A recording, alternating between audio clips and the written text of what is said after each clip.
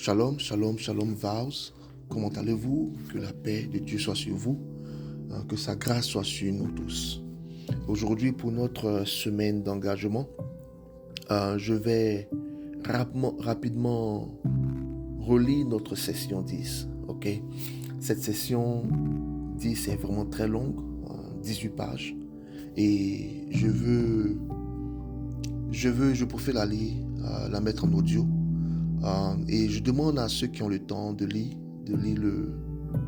les 18 pages, parce que Dieu nous enseigne profondément. Et pour ceux qui n'ont pas le temps, cet audio les aidera à suivre avec nous. Donc rapidement, je vais commencer cette session 10, être un témoin de Christ dans le monde. On a deux questions centrales ici.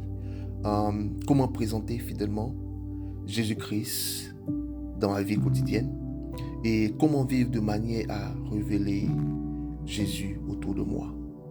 L'objectif de cette session 10, c'est de comprendre que chaque croyant est appelé à présenter Jésus-Christ partout où Dieu l'a placé.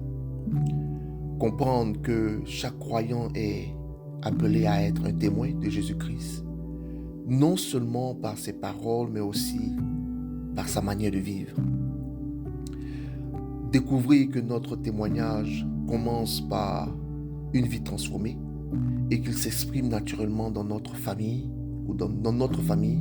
notre travail, nos relations et notre quotidien. Un autre objectif, qui est l'avant-dernier, est de découvrir que notre témoignage ne repose pas uniquement sur nos paroles, mais avant tout sur une vie transformée qui reflète le caractère de Christ. Le dernier objectif est d'apprendre que Dieu utilise des personnes ordinaires, remplies d'amour, de vérité et du Saint-Esprit pour faire connaître son royaume. Alors, depuis le début de notre parcours, Dieu nous a formés de l'intérieur. Il nous a appris à le connaître, à renouveler nos pensées, à marcher dans la sainteté, à vivre dans la repentance, à dépendre du Saint-Esprit, à cultiver une vie de prière. Oui, Dieu nous a appris ces choses-là. Il nous a appris à grandir dans la communion fraternelle et à servir avec fidélité. Nous avons découvert le royaume de Dieu. Nous avons découvert notre identité en Christ, la vérité de sa parole. Nous avons découvert l'importance de la sainteté, de la repentance, de la communion avec Dieu, de la vie dans le corps de Christ et du service. Tout cela avait un objectif. Comprenez? Tout cela avait un objectif.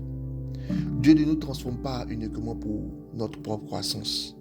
Il nous transforme afin que notre vie révèle Jésus à ceux qui nous entourent et au monde. Être chrétien ne consiste pas seulement à croire en Christ. C'est aussi le représenter et être le reflet de Christ là où Dieu l'a placé. C'est-à-dire dans sa famille, dans son travail, à l'école, dans le quartier, dans l'église et partout où Dieu ouvre une porte. Chaque croyant devient un témoin du royaume de Dieu. Un témoin n'est pas d'abord quelqu'un qui parle beaucoup. En réalité, c'est quelqu'un dont la vie confirme le message qu'il annonce.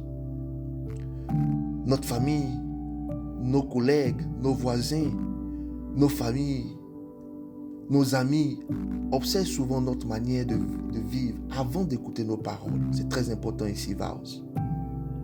C'est pourquoi Jésus dit que nous sommes le sel de la terre et la lumière du monde. Le sel influence ce qu'il touche.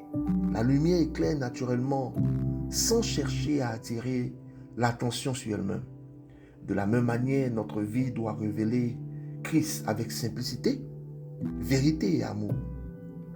Notre témoignage ne commence pas lorsque nous parlons, il commence dans notre caractère. Dans cette session, nous allons découvrir plusieurs vérités importantes. La première, c'est que chaque croyant est appelé à être un témoin de Jésus-Christ. La deuxième, notre témoignage commence bien avant nos paroles. La suivante, notre caractère prépare souvent le cœur avant que notre bouche annonce l'évangile. Quatrième vérité, Dieu ne nous donne pas d'être célèbres, il nous demande d'être fidèles. Désolé, Dieu ne nous demande pas d'être célèbres, il nous demande d'être fidèles. Le dernier, ou la dernière vérité, nous découvrirons également que témoigner ne consiste pas seulement à parler de Jésus, mais à le représenter fidèlement dans notre manière de vivre, d'aimer, de pardonner, de travailler, de servir. Enfin, nous verrons que le Saint-Esprit est celui qui donne, et celui qui nous donne la force, la sagesse, les occasions de témoigner avec amour, vérité et humilité. Alors, commençons sur notre première vérité, c'est que Jésus nous appelle à être le sel de la terre et la lumière du monde. En Matthieu 5, 13 à 16, il est dit, vous êtes le sel de la terre, mais si le sel perd sa valeur, avec quoi la lui rendra-t-on? Il ne sert plus qu'à être jeté dehors et foulé aux pieds par les hommes. Vous êtes la lumière du monde. Une ville située sur une montagne ne peut être cachée. Et on n'allume pas une lampe pour la mettre sous le boisseau, mais on la met sur le chandelier. Et elle éclaire tous ceux qui sont dans la maison. Que votre lumière luise ainsi devant les hommes, afin qu'ils voient vos bonnes œuvres et qu'ils glorifient votre Père qui est dans les cieux. Alléluia. Alléluia. Ce verset est vraiment très powerful, vraiment très compelling. Ok. Alors, au début de son enseignement, Jésus utilise ces deux images que tout le monde pouvait comprendre, le sel et la lumière. Pourquoi? Parce que ces deux éléments sont un point commun. Ok? Ou ces deux éléments ont un point commun. Ils exercent une influence. For sure, right? Le sel et la lumière exercent une influence. Le sel transforme ce qu'il touche. Il donne de la saveur. Il préserve de la corruption. Ok? Et il agit souvent sans être remarqué. Ok? La lumière, quant à elle, elle chasse le naturel, elle sache naturellement les ténèbres, elle éclaire le chemin et permet de voir les choses telles qu'elles sont. Jésus ne dit pas à ses disciples, vous serez un jour le sel de la terre, ou vous deviendrez un jour la lumière du monde. Qu'est-ce qu'il dit? Il dit, vous êtes. Ok? Alors, autrement dit, dès le moment où nous appartenons à Jésus-Christ, notre identité change spirituellement. Et cette nouvelle identité produit naturellement une influence autour de nous. Nous n'avons pas besoin de chercher à attirer l'attention sur nous. Nous sommes appelés à refléter Jésus-Christ. Ok, Vaz? Vous savez aussi qui m'entend ici à Pursuit Holiness, parce que je vais partager ça avec Pursuit Holiness. Comme la lumière ne cherche pas à être admirée, mais à éclairer, notre vie ne doit pas chercher notre propre gloire, mais elle doit chercher à révéler celle de Dieu. Le royaume de Dieu ne grandit pas seulement par de grands événements ou des prédications publiques.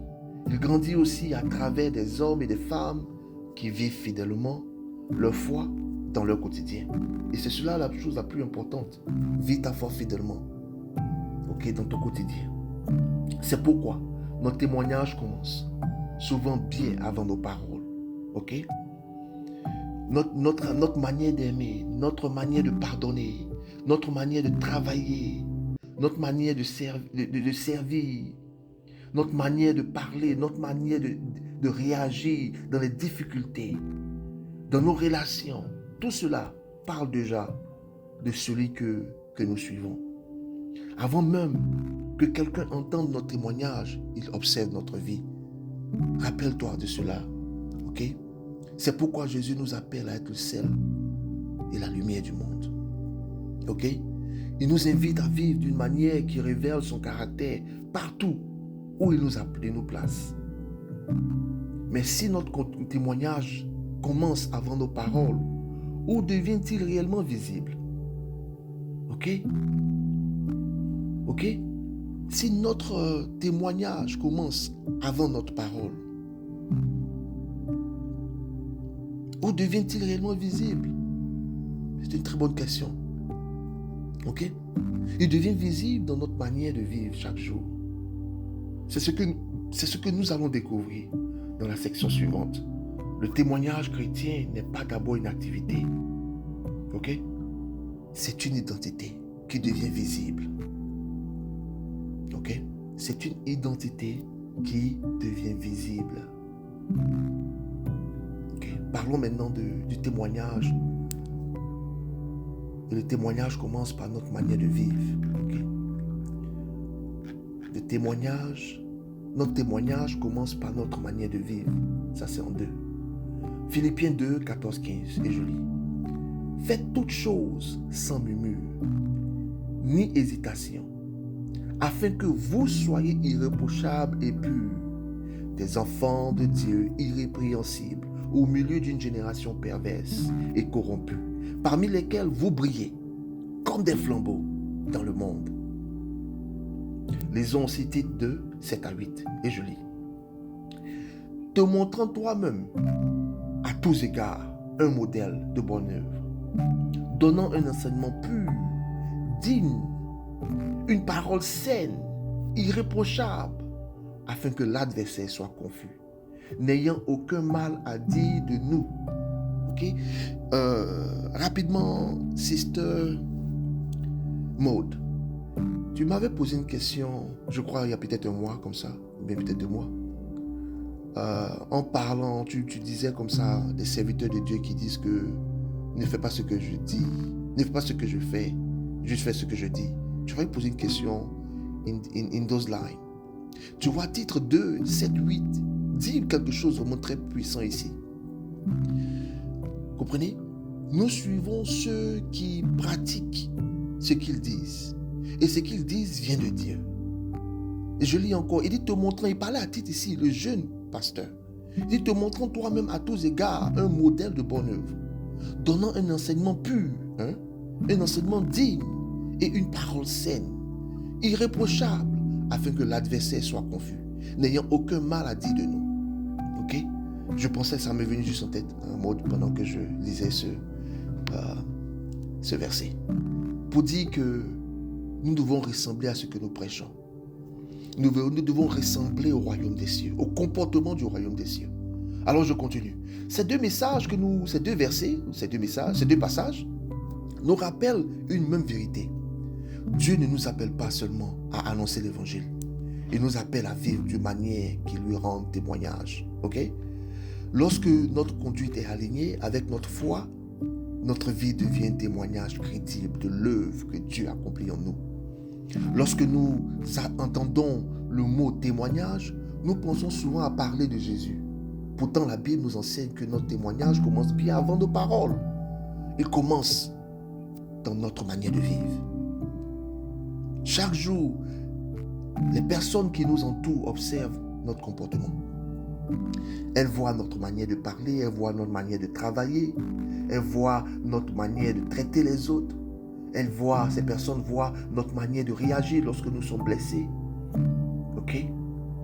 Surtout dans nos relations, comment on deal avec le conflit.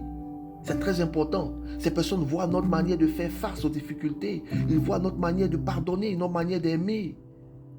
Bien souvent, notre vie est le premier message que les autres lisent avant d'entendre ce que nous croyons. Ok? Pense un peu au fait que le Seigneur dit que donne-toi au Seigneur, toi et ta famille, vous serez sauvés. Et aussi, rappelle que la Bible dit que pour les couples, il dit que quand l'un des conjoints n'est pas chrétien, celui qui n'est pas chrétien est couvert ou est pardonné à cause de celui qui est chrétien, est justifié à cause de celui qui est chrétien. Mais qu'est-ce que Dieu veut réellement nous faire comprendre? Il veut nous faire comprendre que celui qui qui est chrétien, le Seigneur va utiliser cette personne pour pouvoir facilement envoyer l'autre conjoint à accepter la vie du royaume des cieux. Famille, ton comportement est très important. Dans ta maison, si tu es chrétien, tu dois manifester le parfum du royaume des cieux. Ok? Donc, bien souvent, notre vie est le premier message que les autres lisent avant d'entendre ce que nous croyons. Cela ne signifie pas que nous devons être parfaits, famille. Aucun croyant ne l'est, by the way, ok? Mais notre vie doit refléter, ok, une transformation réelle. On doit voir que le Seigneur travaille dans nos vies. Les gens n'attendent pas de nous la perfection. Ils remarquent surtout l'authenticité. Ils voient lorsqu'une personne cherche sincèrement à marcher avec Dieu. Ils remarquent lorsqu'une personne reconnaît ses erreurs, demande pardon, agit avec humilité et persévère dans la vérité. C'est cette cohérence que notre foi et notre manière de vivre, ok, doit montrer. C'est cette cohérence entre notre foi et notre manière de vivre qui donne de la crédibilité à notre témoignage. Nos paroles ont davantage de poids lorsque notre vie confirme ce qu'elle annonce. Le témoignage chrétien n'est pas un rôle que nous jouons, c'est le fruit d'une vie transformée par Jésus-Christ. Chaque jour, sans même nous en rendre compte, nous montrons aux autres que quelque chose. Nous montrons aux autres quelque chose de celui que nous suivons. Ok? Une partie du royaume des cieux. Ok? La question n'est donc pas seulement est-ce que je parle de Jésus? Ok? La question que nous devons nous poser, la question est aussi si personne ne m'entendait parler de Jésus, est-ce que ma manière de vivre donnerait envie de le connaître? Comprenez? Ce n'est pas juste de parler de Jésus, mais est-ce que ma vie attire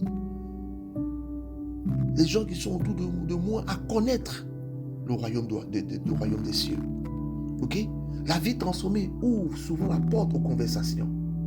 Mais lorsque Dieu nous donne l'occasion de parler de lui, comment devons-nous le faire? C'est ce que nous allons découvrir maintenant. Ok? En 3, les paroles confirment ce que la vie démontre. Alléluia. Les paroles confirment ce que la vie démontre. En 1 Pierre 3,15, je lis. On va couvrir ça rapidement. 1 Pierre 3,15, je lis. Il dit, mais sanctifiez-vous, sanctifiez dans vos cœurs Christ le Seigneur, étant toujours prêt à vous défendre avec douceur et respect devant quiconque vous demande raison de l'espérance qui est en vous. Et je répète, mais sanctifiez dans vos cœurs Christ le Seigneur, étant toujours prêt à vous défendre avec douceur et respect devant quiconque vous demande raison de l'espérance qui est en vous. 1 Pierre 3,15. Dieu nous appelle à parler de lui, famille. Ok? Mais il ne nous demande pas de convaincre les autres par notre intelligence ou par nos arguments. Ok? Ok? Notre responsabilité est d'être fidèle. Ok? Le Saint-Esprit est celui qui convainc les cœurs. Tout ce qu'on doit faire, c'est de rester fidèle. Fidèle à ce qui est juste, fidèle à l'Écriture. Notre boulot n'est pas de convaincre, c'est lui qui convainc les cœurs. Ok? Beaucoup de croyants pensent qu'ils ne sont pas capables de témoigner parce qu'ils ne connaissent pas toutes les réponses aux questions que l'on pourrait leur poser. Pourtant, un témoin n'est pas une personne qui sait tout. Comprenez? Tu ne sais pas tout. Tu n'es pas appelé à tout connaître. Un témoin est une personne qui raconte fidèlement ce qu'elle a vu, entendu et vécu. C'est-à-dire ce que tu connais, tu ne parles que de ce que tu connais et tu dois le faire fidèlement. Et cela doit être démontré dans ton comportement, dans ton style de vie, dans ta façon de vivre, dans ta façon de parler, dans ta façon de penser, dans la façon dont même tu parles, tu dis des choses. Nous sommes appelés à partager ce que Jésus a fait de notre vie. Nous pouvons parler de son amour, de sa grâce, de son pardon, de la manière dont il nous transforme chaque jour. Nous n'avons pas besoin d'impressionner les autres. Nous avons simplement besoin d'être sincères. Si vous vous rappelez, il dit que Apollos a fait quoi? A planté. Lui, Paul a arrosé. Mais celui qui fait croître, c'est qui? C'est Dieu. La Bible nous demande également de parler avec douceur et avec respect, comme nous venons de lire. Ok? Le royaume de Dieu ne s'impose pas. Il se présente avec vérité, amour et humilité. Ok? Il y a des gens qui font des palabres dans leur foyer, dans leur couple, à cause des choses du royaume de Dieu. Non, c'est pas à toi de convaincre, c'est à toi de vivre le royaume et laisser ton comportement montrer la vérité. Voilà pourquoi Dieu nous dit de faire tout avec douceur et respect, car c'est lui qui convainc les cœurs. Parfois, notre témoignage sera accueilli avec joie. Parfois, il sera rejeté. Mais notre responsabilité n'est pas de contrôler la réponse des autres. Comprenez? Notre responsabilité est de représenter fidèlement Jésus-Christ.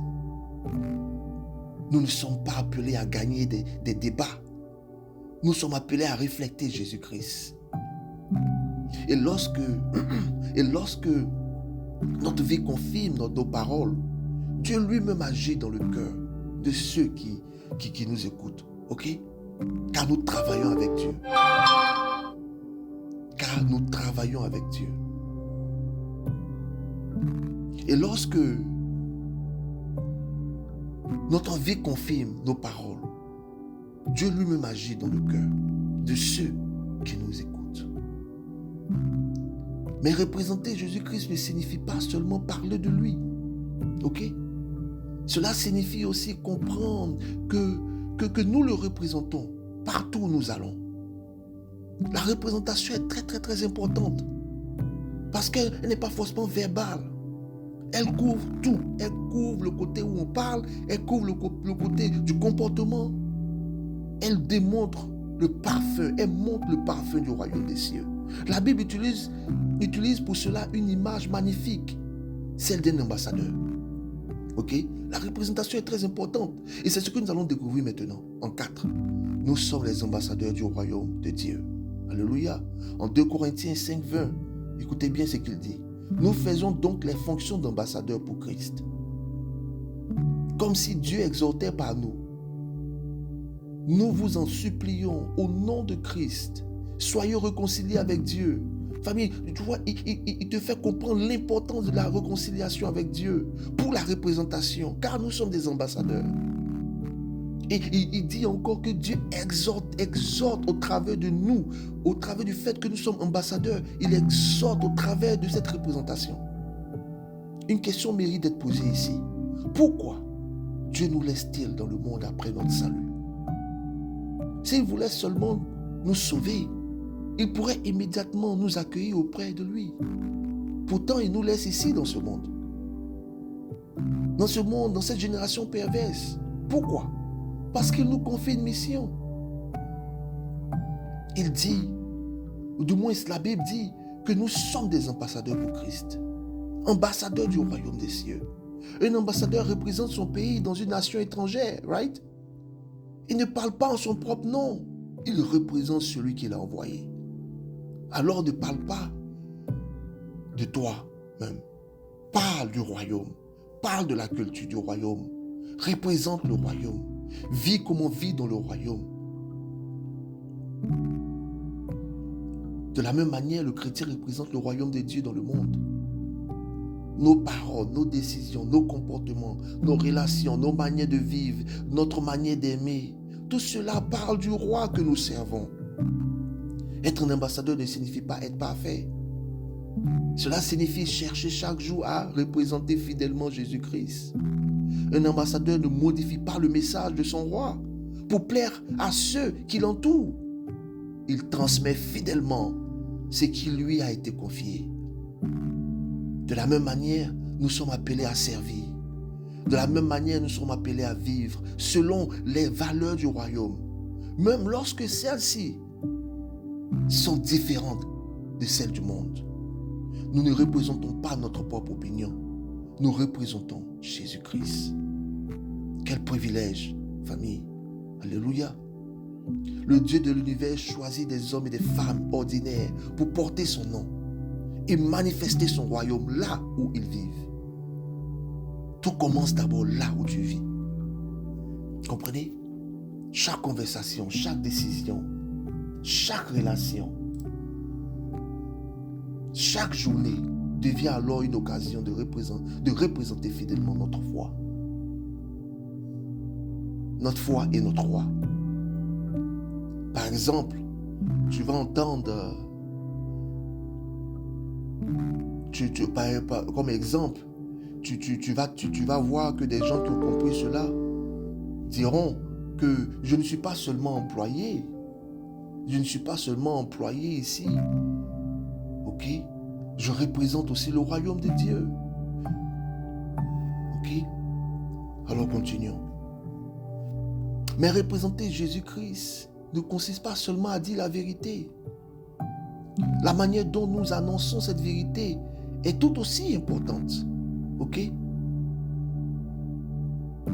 La manière dont nous annonçons, c'est pas juste dire seulement la vérité. La manière aussi dont on l'annonce est très importante. Comment annoncer Christ sans condamner, sans imposer, sans rechercher des débats? C'est ce que nous allons découvrir maintenant en 5. Témoigner avec amour, vérité et humilité. C'est très important. Dieu nous appelle à témoigner avec amour, vérité et humilité. Colossiens 4, 5 à 6. Et je lis. Conduisez-vous avec sagesse envers ceux du dehors. Comprenez? Il parle aux chrétiens de se comporter d'une certaine manière envers ceux qui ne sont pas chrétiens. Il dit, conduisez-vous avec sagesse envers ceux du dehors. Que votre parole soit toujours accompagnée de grâce, assaisonnée de sel, afin que vous sachiez comment il faut répondre à chacun. Comprenez? Tout se trouve dans la parole de Dieu. Lisons rapidement Jean 1, 14. Et la parole a été faite chair, et elle a habité parmi nous, pleine de grâce et de vérité. Famille, le témoignage chrétien ne consiste pas simplement à dire des choses vraies. Ça, c'est bon. Ok? C'est vrai qu'on consiste à dire des choses vraies, mais ce n'est pas juste ça. La manière dont nous annonçons la vérité est aussi importante que la vérité elle-même. Ok? Jésus est notre modèle. La Bible dit qu'il était plein de grâce et de vérité. Ok? Cette parole était pleine de grâce et de vérité. Il ne séparait jamais ces deux réalités, grâce et vérité. Il ne condamnait pas les personnes pour les éloigner de Dieu. Il leur disait la vérité afin de les conduire vers Dieu. Aujourd'hui encore, nous sommes appelés à marcher sur le même chemin. Il existe cependant deux pièges dans lesquels il est facile de tomber. Le premier est de vouloir défendre la vérité sans amour. Ok? Défendre la vérité sans amour. Parlons de ça rapidement. On peut avoir raison dans ce que l'on dit, mais avoir tort dans notre attitude. Ok? Une vérité annoncée avec orgueil, dureté et mépris risque de fermer les cœurs au lieu de les conduire vers Christ. Ok? Donc, comme je disais, il existe deux pièges dans lesquels il est facile de tomber. Le premier est de vouloir défendre la vérité sans amour. Le deuxième piège est de vouloir montrer de l'amour sans annoncer la vérité. Je viens d'adresser le premier. Adressons maintenant le deuxième, qui est d'annoncer, de montrer l'amour sans annoncer la vérité. Par peur de blesser, de déplaire, ok, ou d'être rejeté, certains finissent par taire ce que Dieu dit. Ok? Pourtant la vérité, ou le véritable amour, le véritable amour ne cache pas la vérité. Quand tu aimes, tu dois dire la vérité. Le véritable amour, en réalité, communique avec douceur, humilité et respect. Ok? Le disciple de Jésus est appelé à tenir ces deux réalités ensemble. Et ces deux réalités, nous le savons. Ok? C'est de défendre la vérité avec amour et de montrer l'amour en annonçant la vérité. Ok? Gloire à Dieu. Amen. Le véritable amour ne cache pas la vérité. Alléluia. Le disciple de Jésus est appelé à tenir ces deux réalités ensemble. Nous annonçons la vérité avec amour. Nous faisons preuve d'amour sans compromettre la vérité. Permettez que je puisse reprendre ça encore. Nous annonçons la vérité avec amour. Nous faisons preuve d'amour sans compromettre la vérité. Notre objectif n'est pas de gagner des débats. Notre objectif n'est pas de gagner des débats. Notre objectif est de représenter fidèlement Jésus-Christ. Parfois, cela demandera du courage. Parfois, cela demandera beaucoup de patience. Ok? Cela peut demander aussi simplement d'écouter avant de parler. Le Saint-Esprit nous donne la sagesse de discerner comment répondre à chacun. Lorsque nos paroles sont accompagnées de grâce, elles deviennent plus faciles à recevoir. Le besoin, ou le moins le monde a besoin de voir des disciples qui annoncent la vérité sans haine et qui manifestent l'amour sans compromettre la vérité. En lisant cela, certains peuvent encore se demander: et si je ne sais pas quoi dire? La bonne nouvelle est que Dieu ne nous envoie jamais seuls. Ok? Si tu te poses cette question, et si je ne sais pas quoi dire, j'aimerais te dire que la bonne nouvelle, c'est que Dieu ne nous envoie pas seuls. Le Saint-Esprit est présent pour nous donner la sagesse, le courage, les paroles dont nous avons besoin.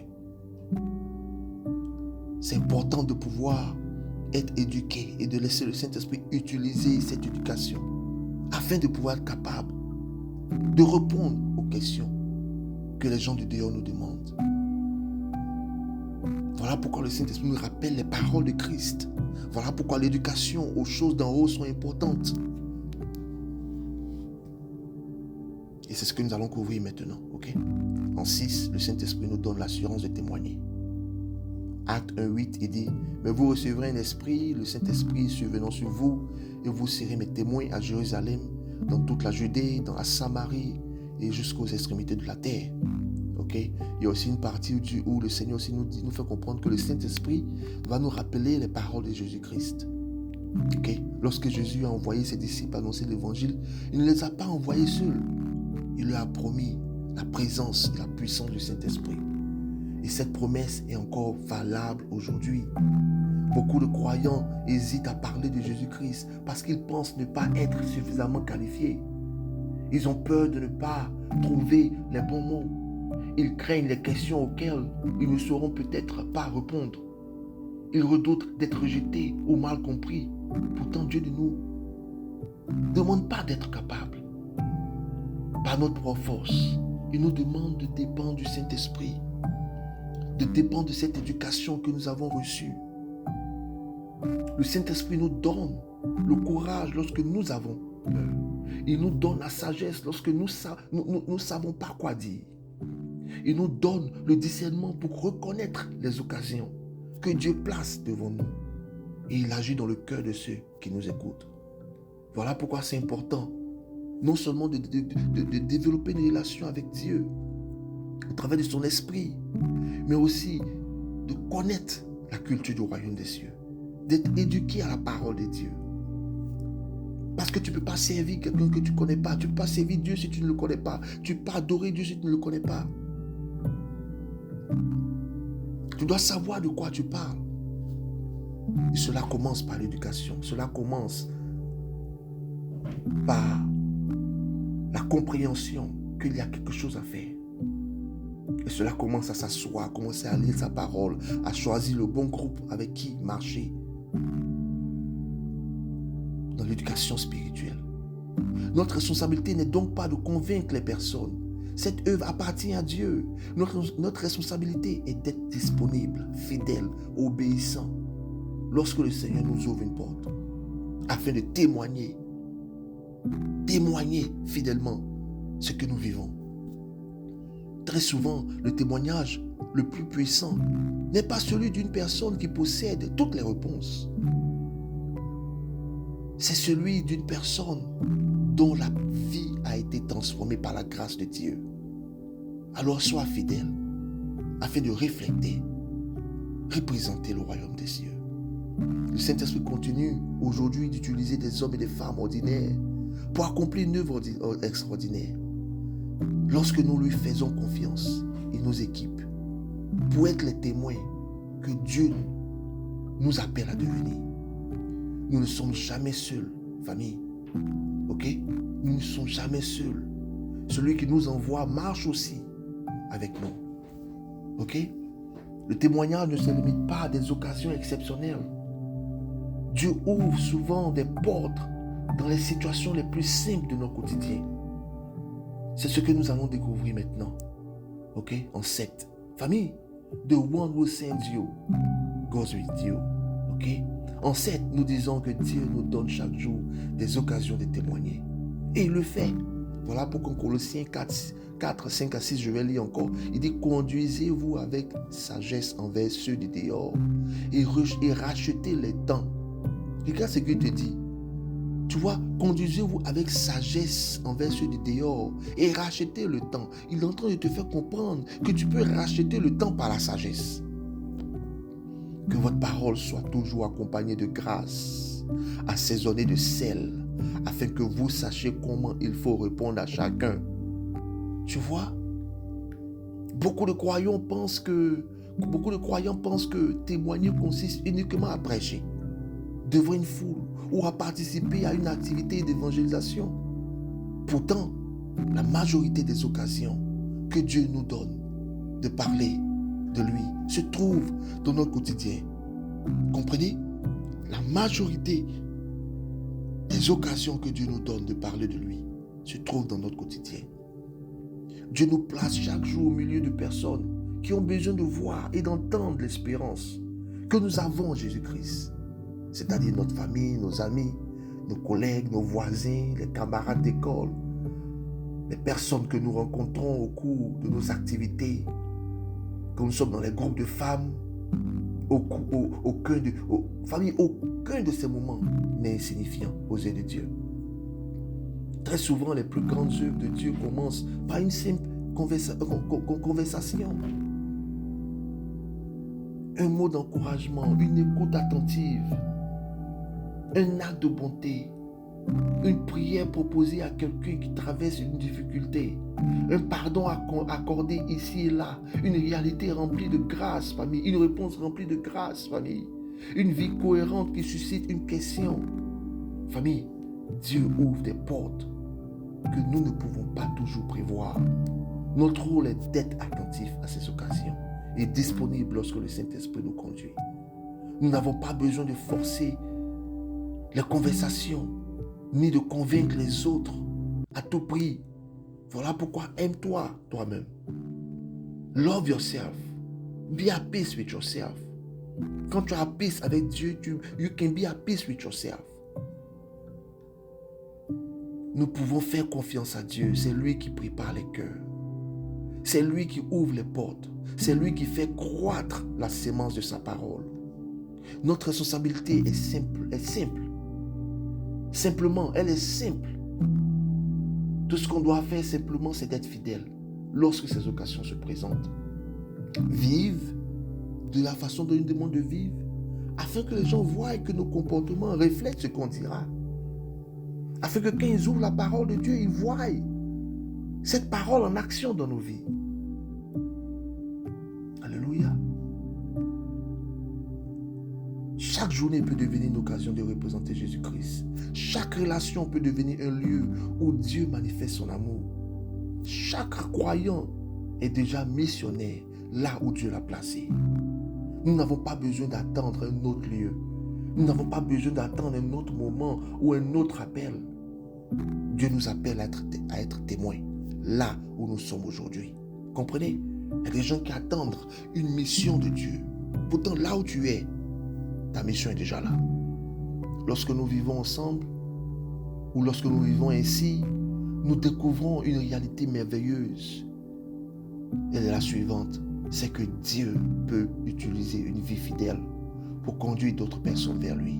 Ça, c'est une réalité. Ça, c'est la vérité. Allons-y rapidement au 8. Le 8e point, c'est que Dieu peut utiliser une vie fidèle pour conduire d'autres personnes à Christ. Ok? En 1 Corinthiens 3, 6 à 7, il dit, j'ai planté, Apollos a arrosé, mais Dieu a fait croître. Alléluia.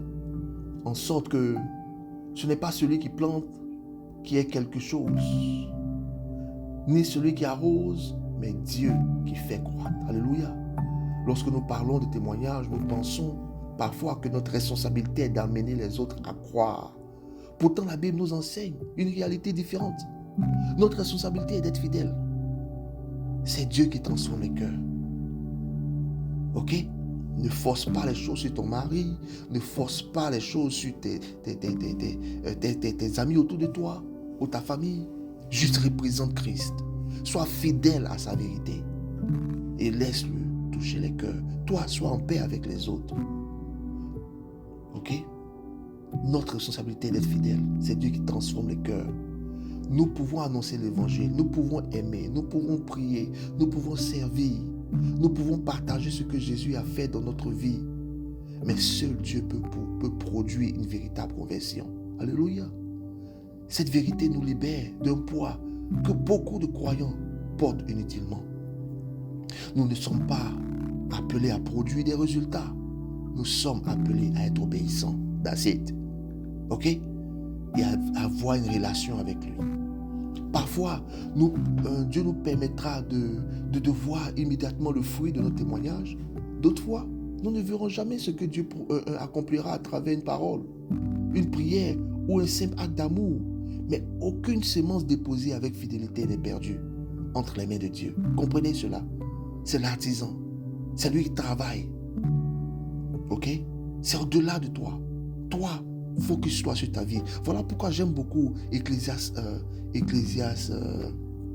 Permettez que je puisse trouver ça rapidement. Ecclésiaste 12, 13. Si je peux trouver. Où il parle à la jeunesse en réalité. Je vais trouver ça rapidement. Donne-moi le temps. Je vais trouver ça rapidement. Ecclésiaste. Désolé. Restez avec moi ici. C'est bizarre. Mon truc ne passe pas. Donne-moi du temps. Ecclésiaste 12, 13. Ok, Ecclésiaste 12, 13. Écoutez bien ce qu'il dit. Il dit, du reste, mon fils, tire instruction de ces choses.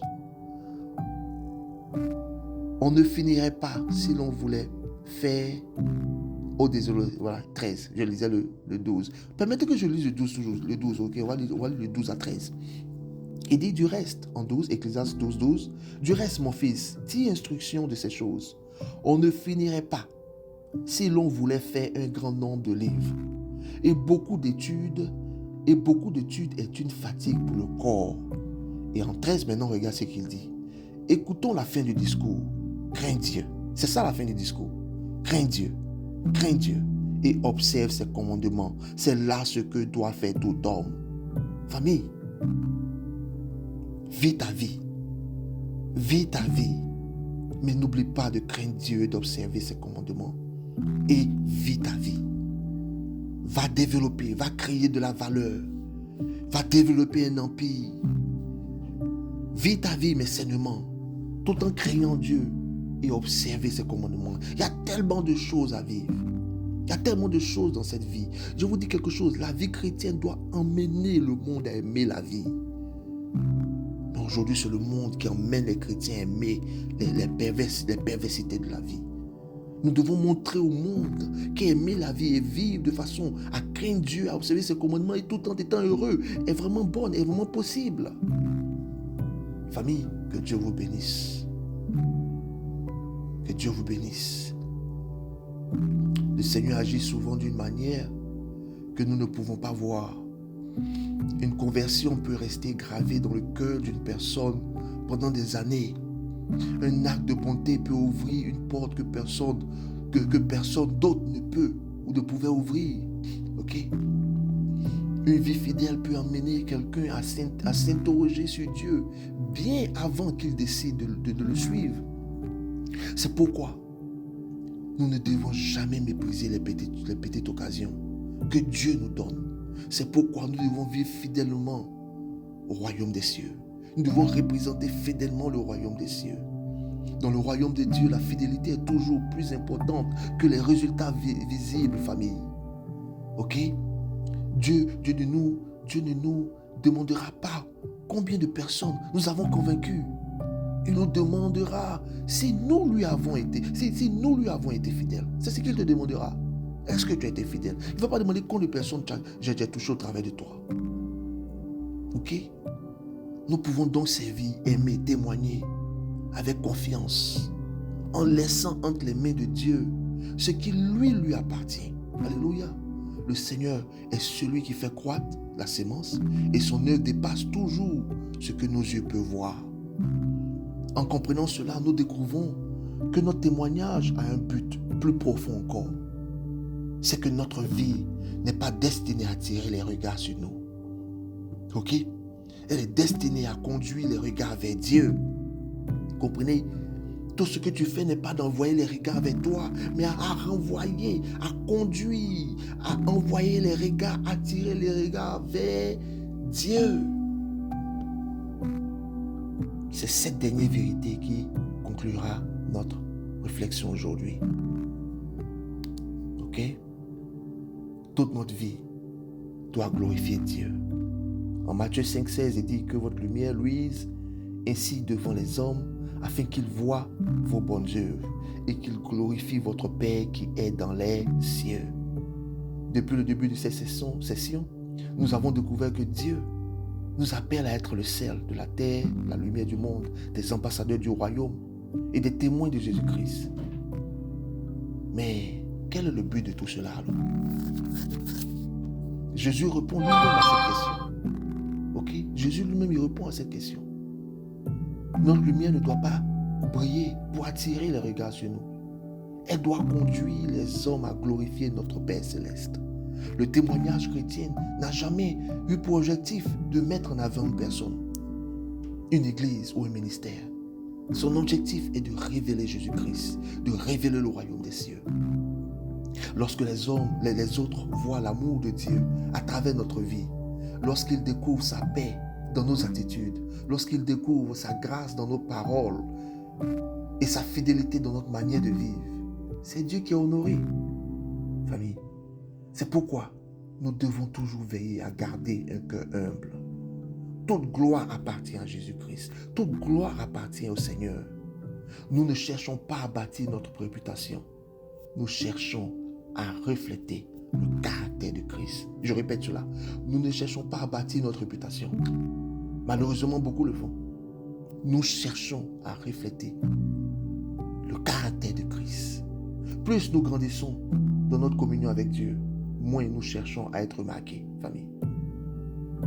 Notre plus grand désir devient que Jésus-Christ soit connu, aimé, glorifié. C'est cela le véritable témoignage.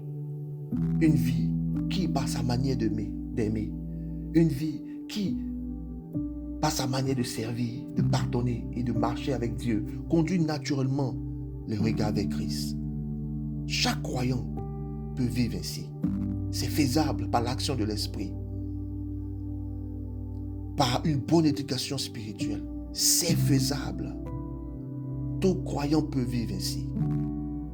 Il n'est pas nécessaire d'occuper une position particulière. Il suffit de demeurer fidèle là où Dieu nous a placés. Car une vie entièrement abandonnée à Dieu devient un témoignage vivant de sa grâce. Et lorsque Dieu est glorifié à travers notre vie, notre mission est accomplie. Comprenez? Lorsque Dieu est glorifié à travers notre vie, notre mission est accomplie. Que Dieu nous bénisse. Depuis la première session, Dieu nous conduit progressivement sur un chemin de transformation. Vaos, et à toi aussi, Pasteur Holiness. Nous avons appris à connaître son royaume. Nous avons appris à marcher avec lui, à grandir dans sa sainteté, à vivre par son esprit. Nous avons appris à aimer son église, à servir avec fidélité et maintenant à le représenter dans le monde. Le témoignage chrétien n'est donc pas une activité parmi d'autres. Il est le fruit naturel d'une vie qui demeure en Jésus-Christ. Alléluia. Please, prenez le temps de lire et de méditer les passages suivants au cours de cette semaine d'engagement.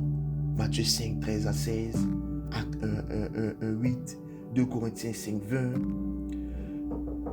1 Pierre 3, 5, 1 Pierre 3, 15, Colossiens 4, 5 à 6, Philippiens 2, 14, 15, Titre 2, 7 à 8, 1 Corinthiens 3, 6, 7. Ok? Demandez au Seigneur de vous montrer ce que chacun de ces passages révèle. Ok? Que Dieu vous bénisse. Vows.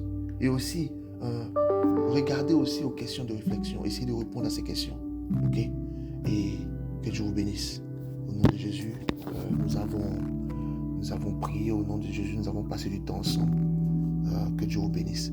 Je prie que Dieu vous aide. Je prie que Dieu vous équipe. Je prie que Dieu vous donne ce dont vous avez besoin afin de grandir dans son royaume et de refléter son royaume. Que Dieu vous bénisse au nom de Jésus. Amen.